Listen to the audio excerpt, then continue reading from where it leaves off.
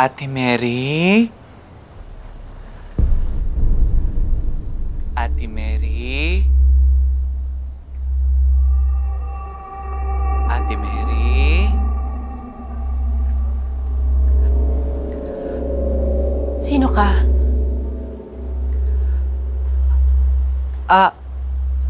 Si John to, Ate Mary. John? The one and only. Ang sisteret mong napakaganda. Nananaginip pa ako? Oo. Ate, isa lamang tong panaginip. Buti naman. Buti naman naalala mo na natatakot ako makakita ng multo.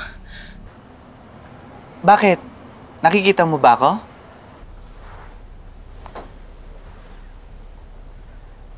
Hindi. Mabuti. Mabuti kung ganon. John?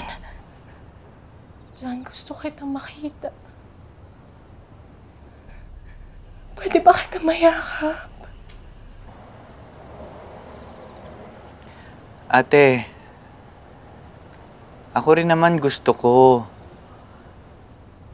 Kaya lang, alam mo nang hindi na pwede, di ba? Alam ko naman. Ikaw hindi na pwede, pero ako pwede pa ako.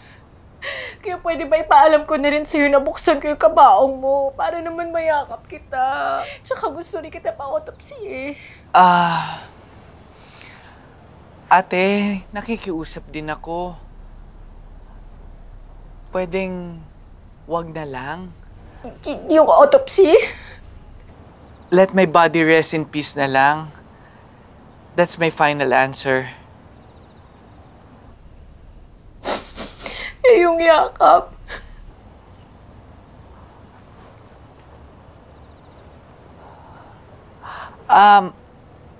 Ate, di ba may katabi kang unan dyan?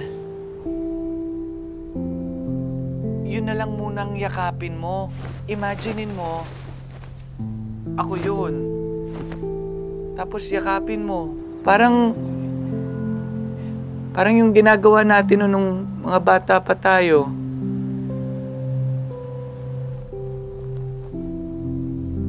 Ate?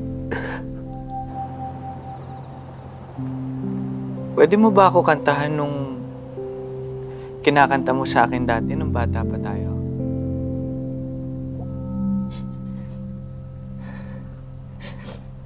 Tulog na, bunso. Pahinga ka na.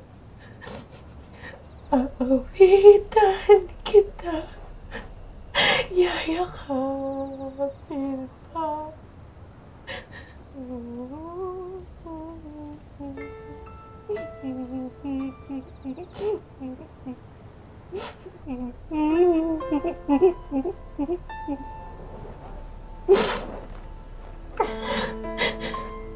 John,